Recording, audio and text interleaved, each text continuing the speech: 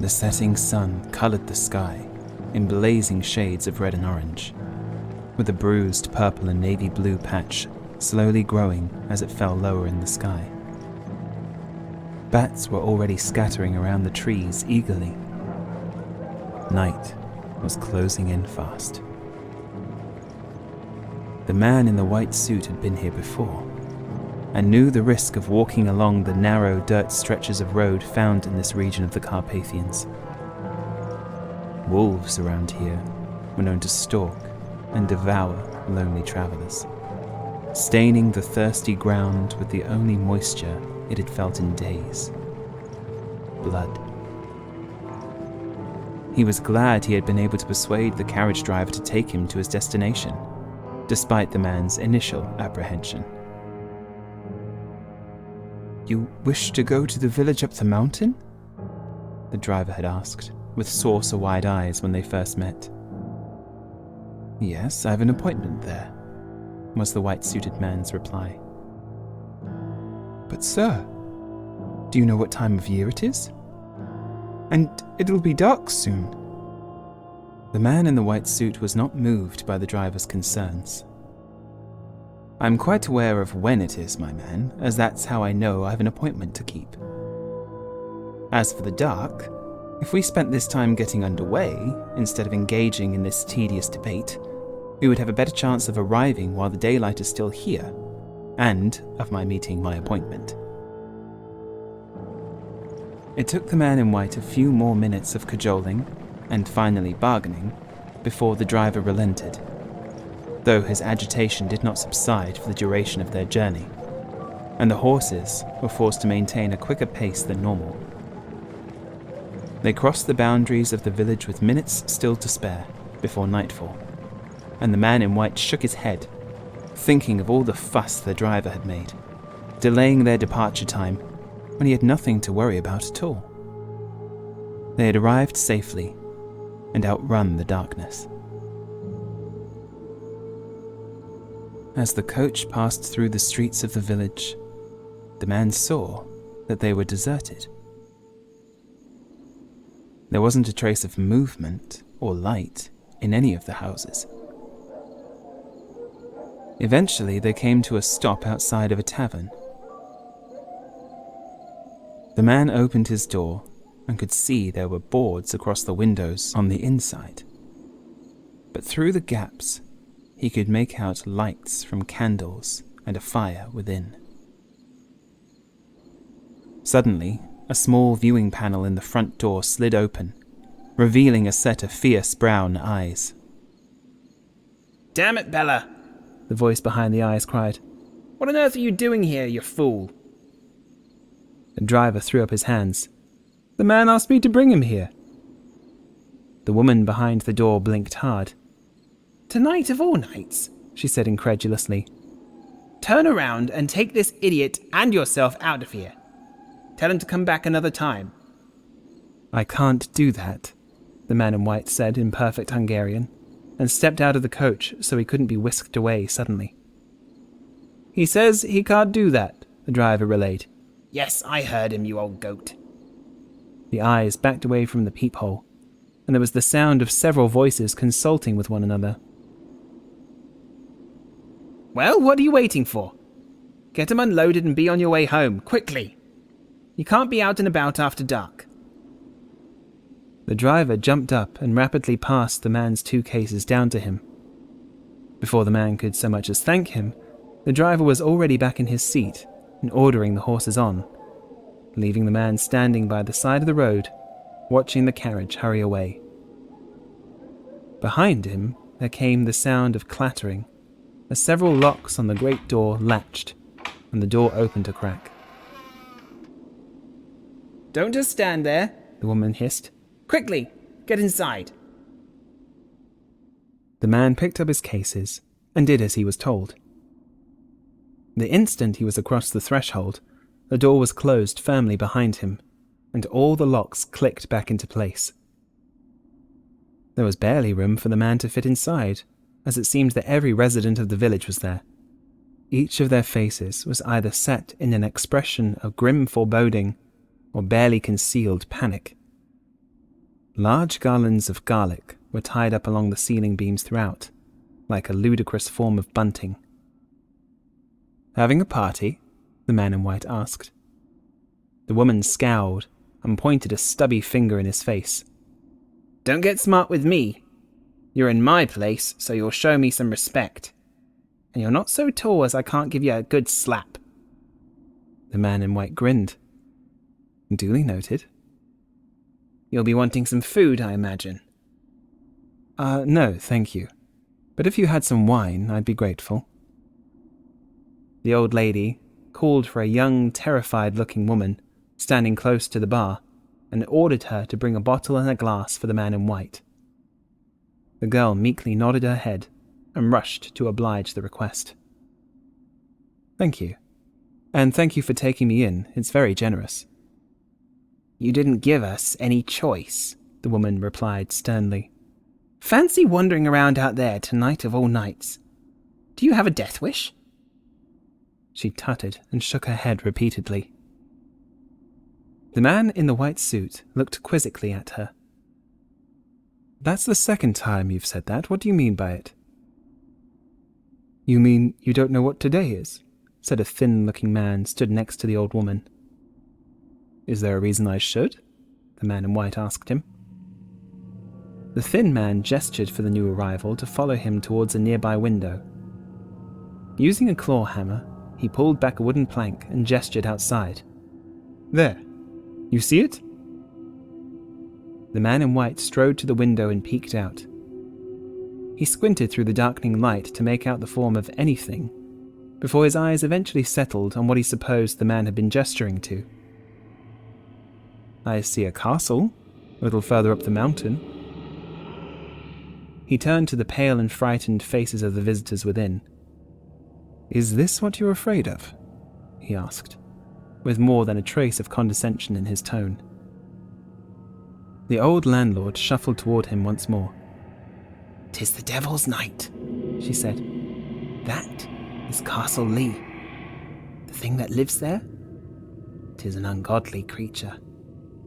And on this night, every year, he comes down to feed.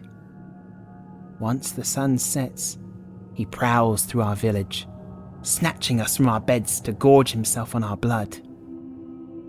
"Some he eats here," the thin man offered, "and leaves their bodies for their families to find. Others he takes back with him. He keeps them locked away in that terrible castle to sustain himself throughout the year, feeding on them slowly." The woman was nodding, as were some of the other guests. "Tonight, we decided no more. We'll all stay here to protect one another. We have our stakes, our garlic, and our talismans. He shan't be stepping foot in here this evening." She placed both hands on her hips. A few of the others nodded their agreement. The man in the white suit considered both of the speakers, and then the faces of the others gathered around him, before letting out a chuckle. "So you're all here because you're afraid there's a vampire in your midst?" The suited man tried to stifle another laugh, but it would not be suppressed. The old landlady's face turned scarlet with rage. "Forgive me," the man continued, "but surely you cannot believe in these old superstitions. This is absurd." "Every year it comes," the old woman shouted. "Every year it kills. You're telling me you don't believe us?" "In the killing, I entirely believe you on that front. Can I believe that you're in here huddling from some slumbering monster that lives in a drafty old castle and can be fended off by the sight of some garlic flowers? That is simply ridiculous." At this, the man noticed the scared young woman from earlier had placed the bottle of wine he had requested on a nearby table, along with a glass, and he thanked her and took a seat. "How dare you? You are a stranger here. You know nothing of our lives or what we deal with." The old woman's scowl looked fit to groove a divot into her forehead. "Maybe not, but I can see enough to get a good understanding of what it might be like." I fear civilization has mostly forgotten about this place, so you still find every shadowy corner steeped in superstition and mystery. It might make for excellent tales." He broke off a piece of the garlic bulb above him. "But I can assure you that this is not going to fend off so much as a mosquito." The thin man stepped to the landlady's side, as indignant, but not as angry as her. "We have learned from our ancestors, the same ones who built this town and faced off all the evils within it when they founded our village. We learn from our history. Garlic is, and always has been, protection to ward off him and others of his kind." "My friend," the suited man began, "eat enough of this, and I'm sure it will ward everyone in this room away from you." And he placed the piece of garlic on the table beside him, then poured his wine. The old woman stared at him, breathing hard. "You come into my tavern, drink my wine, and then have the nerve to ridicule us as if we were nothing more than children, believing in old wives' tales. But you haven't seen the bodies of your friends and neighbours, or the screams of their wives, brothers, and husbands." From somewhere further off, someone the man in white couldn't see shouted, "Throw him out!" and a few others murmured their agreement.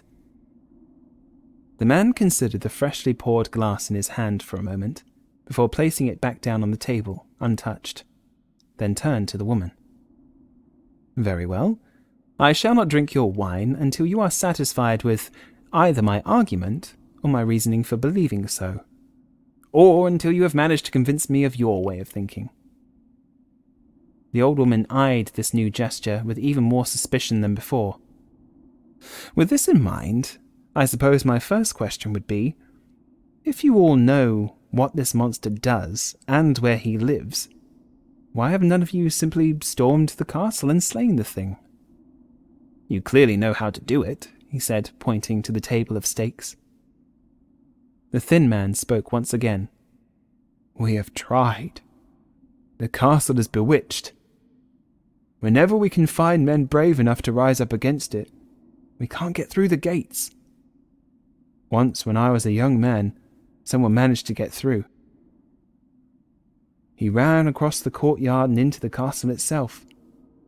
He said it was empty, but he could hear things all around him. Sometimes so close, they could have been touching him, but he saw nothing.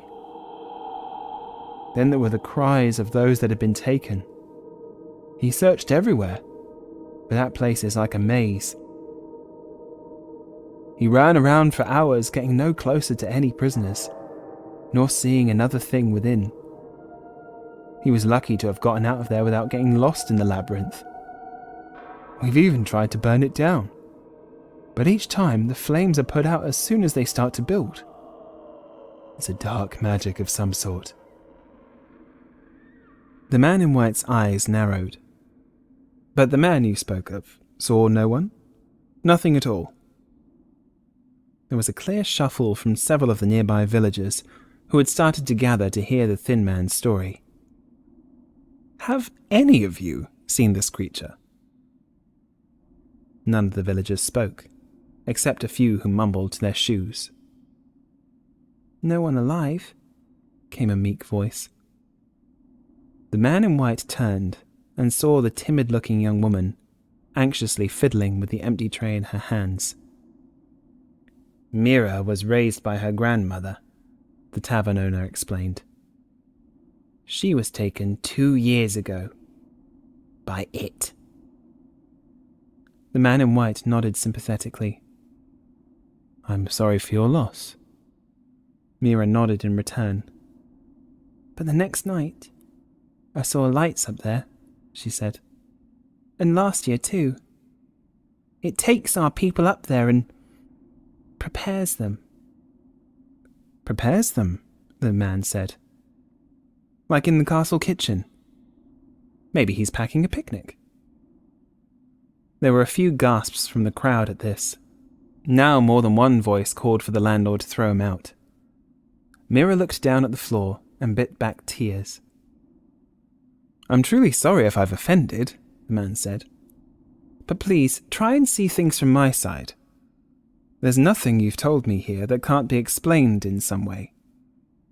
You've told me of the delusions of one man who heard things he was expecting to hear when he was trapped in a place that you have given too much fear and attention. You've told me of lights in an abandoned castle that may just be travellers or passers-by seeking shelter on their way through. Even the killings!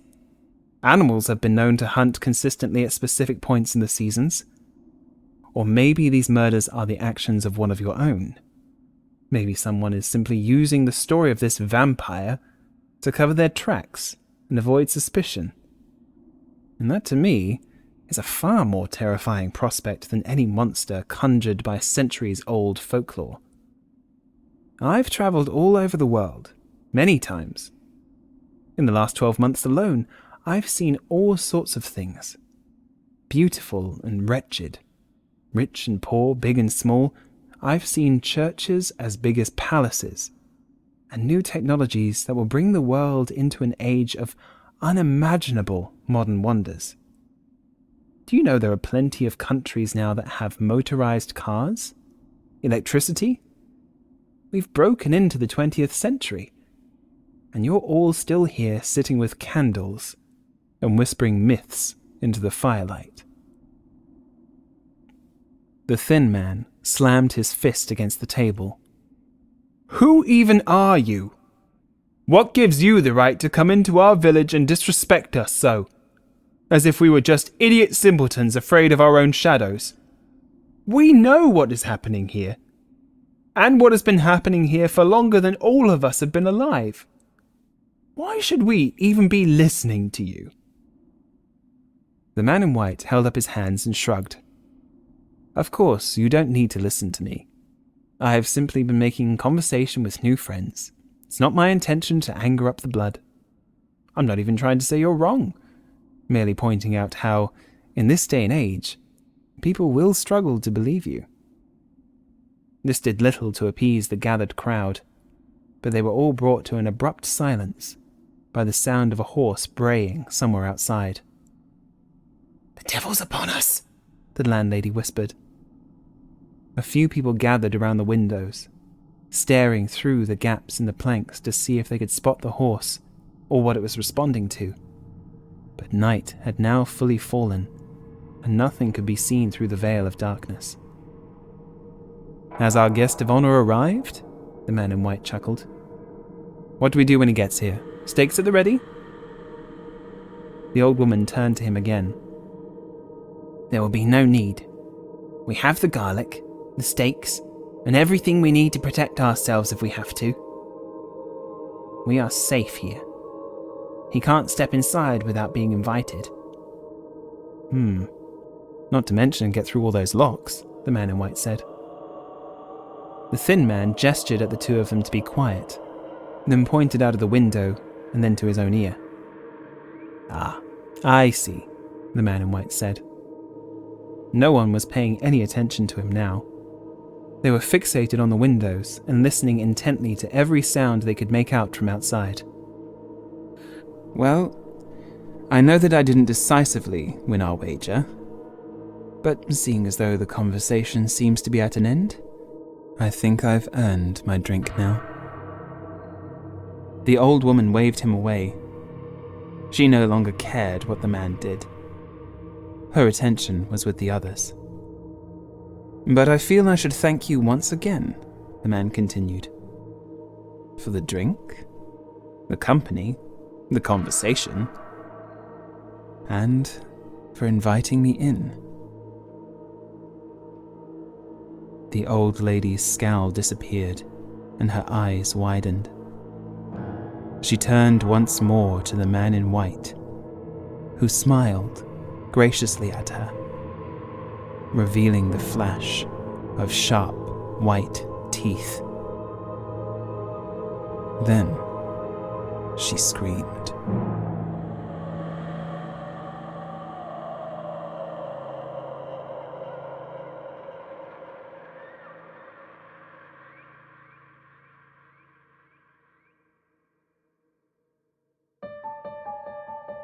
This story was written and read by Andrew Bate, with music also by Andrew Bate. Penny Dreadfuls from the Moth Sanctuary is an audiobook series by Moth Sanctuary Productions. You can subscribe to the series on Spotify, Apple Podcasts, Podbean, and YouTube. Follow Moth Sanctuary Productions on Twitter, Instagram, and Facebook. Or for more dark delights, visit mothsanctuaryproductions.com.